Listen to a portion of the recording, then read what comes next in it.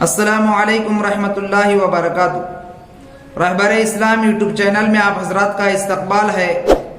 جس طرح میں نے کل کہا تھا کہ کیا انبیاء اکرام علیہ السلام سرزمین ہندوستان میں بھی مبعوث ہوئے ہیں، اور اس کے بعد میں نے آپ حضرات کے سامنے حوالے بھی پیش کیا تھا کہ مجدد الف ثانی رحمۃ اللہ علیہ براس نامی شہر میں ایک چٹان پر ظہر کی نماز ادا کی اور وہاں پر کچھ دیر پر مراقبہ کیا۔ مراقبہ کرنے کے بعد معلوم ہوا کہ یہاں انبیاء اکرام علیہ السلام کی قبریں ہیں۔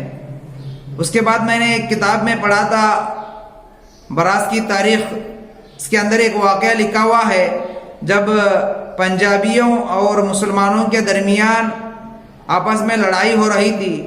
اس وقت میں اس چٹان کو نکالنے کی کوششیں کی جا رہی تھی، بہت سارے JCB وغیرہ سے اٹھانے کی کوشش کی جا رہی تھی۔ اس وقت میں وہ قبر ہلنے لگا۔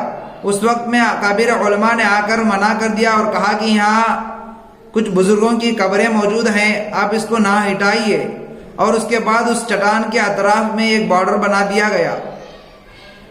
الحمدللہ عاجز بھی وہاں پہنچا تھا اور دیکھا کہ نظارہ بہت خوشنما منظر تھا، اور وہ منیمم جن کے قبریں تھی وہ 20 سے 25 فٹ تک کی قبریں موجود ہیں۔ الحمدللہ عاجز بھی وہاں پہنچا تھا۔ اس کے علاوہ بھی مولانا قاسم نانوتوی رحمۃ اللہ علیہ کو آپ جانتے ہیں، علماء دیوبند کے سردار مانے جاتے ہیں، اور اسی طرح ان کے پاس علم و ہنر کا ایک بہت ہی بڑا سمندر ان کے پاس تھا، اور وہ کسی سے بھی مناظرہ کرتے تھے تو اس وقت مناظرے میں وہی جیت جاتے۔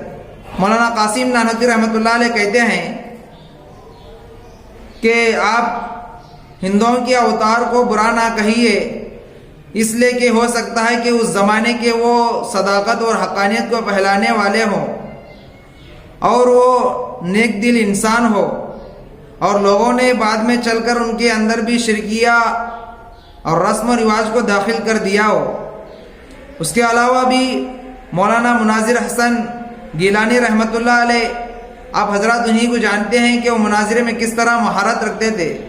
انہوں نے کہا کہ سورہ 3 کے تشریح کے اندر، تفسیر کے اندر انہوں نے کہا ہے کہ یہاں پر ہندوستان میں گوتم بدھ نامی جو ہندو لوگ جس کو خدا مانتے ہیں وہ ایک نبی ہیں، اس طرح کے الفاظ انہوں نے کہا ہے، اور ان کا نام کپل تھا۔ اور یہاں تک کہ انہوں نے تفسیر کی ہے کہ ذوالکفل جو پیغمبر مبعوث ہوئے ہیں، آپ ان کا نام جانتے ہیں، ذوالکفل نامی، وہ ذوالکفل نامی جو پیغمبر تھے وہ گوتم بدھ تھے۔ اس طرح کے الفاظ انہوں نے کہے ہیں، اور انہوں نے کہا کہ یہ ہمالیہ کے دامن میں ایک کبل نامی شہر ہے جہاں ان کے باپ داداؤں کا پایا تخت تھا، وہاں یہ گوتم بدھ پیدا ہوئے، اور اسی کے نام سے، کبل کے نام سے یہ عربی میں کفل پڑ گیا۔ اس طرح عربی میں پا کی جگہ فا بولا جاتا ہے، اسی طرح یہاں پر کفل کی جگہ کفل کہا گیا۔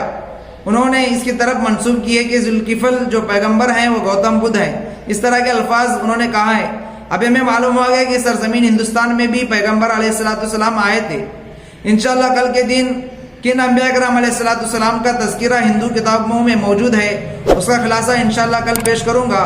آپ حضرات ہمارے چینل سے جڑے رہنے کے لیے شکریہ۔ جن حضرات نے اب تک ہمارے چینل کو سبسکرائب نہیں کیا ہے وہ جلد از جلد سبسکرائب کر لیں۔ والسلام علیکم رحمۃ اللہ وبرکاتہ۔